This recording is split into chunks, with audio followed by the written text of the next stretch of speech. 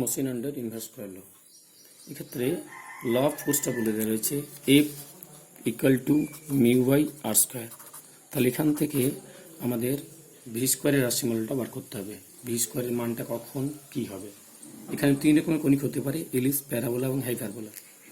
ল of ফোর্সটা F equals to mu by R square. সেক্ষেত্রে আমরা ইকুয়েশন অফ মোশন জানি A square by P Q DP DR equals to F. এখান থেকে আমরা ক্যালকুলেশন করে ভি স্কোয়ারের রাশিমালাটা পৌঁছেছি। সেটা হলো কি V square equals to two mu by R plus C. এটা হলো গিয়ে ভি স্কোয়ারের রাশিমালা। এখন আমাদের এই সি এর ভিন্ন ভিন্ন মান সাপেক্ষে ভিন্ন ভিন্ন কণিক হবে। তো এখানে V square equals to A square P square equals to two mu by R plus C, এই ইকুয়েশনটাকে আমরা আমাদের ইলিপস, প্যারাবোলা এবং হাইপারবোলা তাদের যে প্যাডাল ইকুয়েশন তার সাথে কম্পেয়ার করব। তো এক্ষেত্রে ইলিপস যে প্যাডাল ইকুয়েশন হয়ে যায় B square by P square equals to two A by R minus one, প্যারাবোলার P square equals to A R এবং হাইপারবোলার হয়ে যায় B square by P square equals to two A by R plus one. এই ইকুয়েশনটা আমাদের এই A square by P square equals to two mu by R plus C এখানের সাথে কম্পেয়ার করলে দেখতে পাচ্ছি সি এর মানটা যখন এখানের সাথে কম্পেয়ার করব, সেক্ষেত্রে সি এর মানটা আমাদের পজিটিভ যখন হবে গিয়ে তখন এই ইকুয়েশনটা হবে গিয়ে, যখন নেগেটিভ তখন এই ইকুয়েশনটা, জিরো হলে এটা, অর্থাৎ জিরো হলে হয়ে যাবে প্যারাবোলা, সি এর মানটা নেগেটিভ হয়ে গেলে হবে ইলিপস এবং পজিটিভ হয়ে গেলে হাইপারবোলা।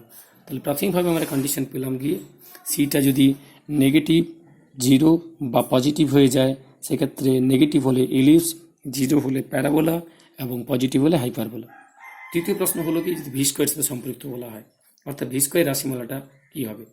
এক্ষেত্রে আমরা যদি দেখি ভি স্কোয়ারের মানটা সম্পর্কে আমরা পর্যালোচনা করি, তাহলে ভি স্কোয়ারের মানটা এখানে টু মিউ আর প্লাস সি, তাহলে সি এর মানটা যদি নেগেটিভ হয়ে যায় তাহলে ভি স্কোয়ারের মানটা তখন less than two mu by R হয়ে যাবে। সি এর মানটা যদি জিরো হয়ে যায় তাহলে ভি স্কোয়ারের মানটা টু মিউ বাই আর হবে, এবং যদি সি এর মানটা পজিটিভ হয়ে যায় তখন ভি স্কোয়ারের মানটা greater than two mu by R হবে। অর্থাৎ 2 নম্বর শর্ত হলো গিয়ে ভি স্কোয়ারের মানটা যদি less than two mu by R হয় তাহলে ইলিপস হবে, equals to two mu by R হলে প্যারাবোলা, এবং ভি স্কোয়ারের মানটা greater than two mu by R হলে হয়ে যাবে হাইপারবোলা।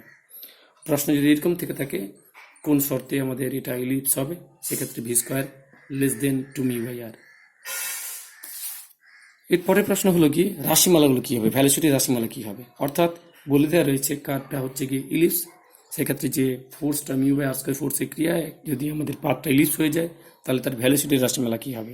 সেক্ষেত্রে ভ্যালোসিটির রাশিমালা V square equals to two mu by R plus C, এবং আমরা যখন কম্পেয়ার করবো এই দুটো সমীকরণকে, অর্থাৎ এই যে আমাদের পূর্বে 1 নম্বর সমীকরণ যেটা ছিল V square equals to square P square equals to two mu by R plus C, এই 1 নম্বর সাথে করসপন্ডিং প্যাডাল ইকুয়েশন যখন আমরা কম্পেয়ার করবো, সেটা কম্পেয়ার করলে আমরা এখান থেকে সি এর মানটা পেয়ে যাব এবং ভ্যালোসিটির রাশিমালা এখান থেকে আসবে।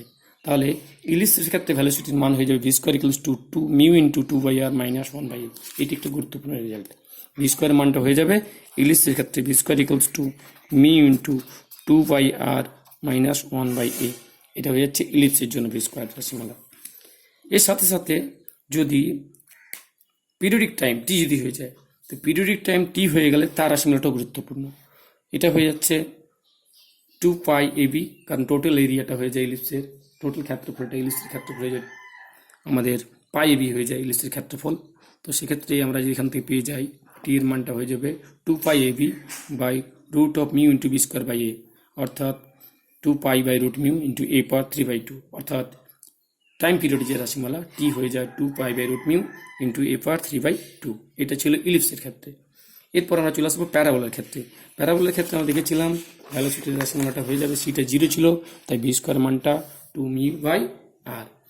শেষমেশ হাইপারবোলার ক্ষেত্রে সি এর মানটা আমরা দেখলাম, সি এর মানটা যেটা পাওয়া গেছে সেই মানটা এখানে বসিয়ে দেওয়া হয়েছে, যেটা মিউ বাই এ, সেক্ষেত্রে ভি স্কোয়ার রাশিমালাটা হচ্ছে mu into two by R plus one by A. এটা হচ্ছে গিয়ে ভি স্কোয়ার ভ্যালোসিটির রাশিমালা ফর হাইপারবোলা। অর্থাৎ উল্টো করে মনে রাখতে হবে, হাইপারবোলায় আমাদের হয়ে যায় প্লাস আর ইলিপসে হয়ে যায় minus. Mu into two by R plus one by A, এটা হচ্ছে প্লাস হলে হাইপারবোলা আর মাইনাস হলে হয়ে যায় ইলিপস, আর এই পার্টটা যদি জিরো হয়ে যায় তাহলে সেটা হয়ে যায় প্যারাবোলা। নেক্সট এটা আমরা আগে আলোচনা করছিলাম, সেক্ষেত্রে ভ্যালোসিটি ফ্রম ইনফিনিটি হয়ে যায় root two time velocity for a circle. velocity from infinity equals to root 2 times velocity for a circle. এটা আমাদের রেজাল্টে ছিল। ক্যাপলাস ল অফ প্ল্যানেটারি মোশন, তিনটা আমাদের ল আছে, তিনটে ল দেখতে হবে। Each planet describes an elliptic orbit keeping sun in one of its foci.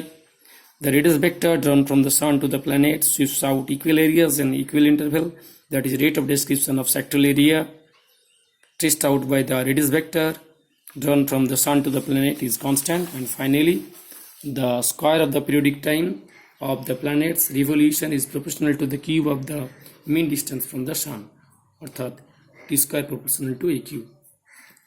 Next problem, for that planet has only a radial acceleration. প্ল্যানেটের কেবলমাত্র রেডিয়াল অ্যাক্সিলারেশন রয়েছে, ক্রস রেডিয়াল নেই। কেন নেই না, প্ল্যানেটের ক্ষেত্রে জানি আমরা rate of description of sectoral area constant হয়ে যায়, অর্থাৎ আর স্কোয়ার থিটা ডট এটা ইকুয়ালস টু কনস্ট্যান্ট হয়ে যায়, এইচ হয়ে যায়। তাহলে rate of description of sectoral area যদি কনস্ট্যান্ট হয়ে যায়, তাহলে আমাদের D D T of R square theta equals to কী হয়ে যাবে, 0। 1/r D D T of R square থিটাটা তাহলে হয়ে যাবে 0। তাহলে এটাই হচ্ছে ক্রস রেডিয়াল ডাইরেকশন আমাদের acceleration. Therefore the planet has no cross radial acceleration. Next problem, এই রেজাল্টটা খুব গুরুত্বপূর্ণ। A particle describes an ellipse under a force mu by distance square towards the focus if it was projected with velocity v from a point distance r from the center of force so that the periodic time অর্থাৎ t এর মানটা বার করতে হবে। তো আমরা আগেই পড়েছি mu by distance square যদি ফোর্সটা হয়ে যায়, সেক্ষেত্রে ইলিপসের ক্ষেত্রে ভ্যালোসিটি রাশিমালা হয়ে যায় V square equals to mu into 2/r minus 1/a। এক্ষেত্রে বলা রয়েছে যখন ডিস্টেন্সটা আর তখন ভ্যালোসিটি ভি, অর্থাৎ আর ইকুয়ালস টু ক্যাপিটাল আর হলে ভি ইকুয়ালস টু ভি। এখানে আমরা বসিয়ে ফেলেছি, বসার পর এখান থেকে আমরা এর মানটা বার করে নেবো, কারণ আমরা জানি টি এর মানটা হয়ে যায় 2π/√μ ইন্টু a পাওয়ার 3/2। এক্ষেত্রে এই রিলেশন থেকে আমরা এর মানটা বার করে নিয়েছি, এর মানটা বসিয়ে দিলে আমরা পেয়ে যাব টাইম পিরিয়ড এর রাশিমালাটা। এরকম বেশ কয়েকটা প্রবলেম রয়েছে, সেগুলো কিন্তু বড় বড়, সেই প্রবলেমগুলোতে আমরা যাচ্ছি না। আমরা পরবর্তী ক্ষেত্রে চলে আসছি tangential and normal acceleration. Tangential and normal acceleration, tangential normal acceleration. Tangent বরাবর যে অ্যাক্সিলারেশন সেটা হচ্ছে গিয়ে ভি ডিভিডিএস। ভি ডিভিডিএস এটা হচ্ছে ট্যানজেন্সিয়াল অ্যাক্সিলারেশন ভি ডিভিডিএস, এবং অ্যালং দ্য নর্মাল যে অ্যাক্সিলারেশন সেটা হয়ে যায় ভি স্কয়ার বাই রুট এখানে কিন্তু রেডিয়াস অফ কার্ভেচার। তাহলে এই দুটো রাশিমালা নিয়ে আমাদের পরবর্তী ক্ষেত্রে ক্যালকুলেশনগুলো আসবে। ট্যানজেন্সিয়াল অ্যাক্সিলারেশন হচ্ছে গিয়ে V D V D S and normal acceleration হচ্ছে ভি স্কয়ার বাই রুট। প্রাথমিক প্রবলেম, একটা সাইক্লয়েড রয়েছে, সেই সাইক্লয়েডের ক্ষেত্রে a particle moves along the arc of the cycloid in such a manner that the direction of motion rotates with constant angular velocity. এখানে বলে দেওয়া রয়েছে direction of motion rotates with constant angular velocity. Angular velocity হচ্ছে constant, অর্থাৎ D psi D T এখানে constant, এখানে D psi ডিটিটা constant বলা রয়েছে, D psi DT equals to constant. আমাদের দেখাতে বলেছে acceleration of the particle is constant in magnitude, অ্যাক্সিলারেশনটা কনস্ট্যান্ট দেখাতে হবে। তো সেক্ষেত্রে অ্যাক্সিলারেশন আমাদের এফ হয়ে যাবে root of F T square plus F N square. F T হচ্ছে অ্যাক্সিলারেশন অ্যালং দ্য ট্যানজেন্ট, আর এফ এন হচ্ছে অ্যালং দ্য নর্মাল। আমাদের এফ টি রাশিমালা বার করবো, যেটা হচ্ছে ভি ডিভিডিএস বা ডিভিডিটি। এক্ষেত্রে ভি এর মানটা আমরা বার করার চেষ্টা করেছি। সাইক্লয়েড যেহেতু ইকুয়েশন, সাইক্লয়েড ইকুয়েশনটা আমরা লিখে নিয়েছি এস ইকুয়ালস টু 4 সাইন সাই। এস ইকুয়ালস টু 4 সাইন সাই হলে এখান থেকে ভি এর মানটা আমরা বার করছি, ভি হচ্ছে ডিএস ডিটি, এখান থেকে 4a cos সাই, এরপর এখান থেকে আমরা পেয়ে যাবো ডি সাই ডিটির মানটা 4a cos সাই into D psi DT. D সাই ডিটির মানটা আমরা জানি, এটা কনস্ট্যান্ট হয়ে যায়, এটা মান হয়েছে omega. F T equals to হচ্ছে ডিভিডিটি বা ভি ডিভিডিএস।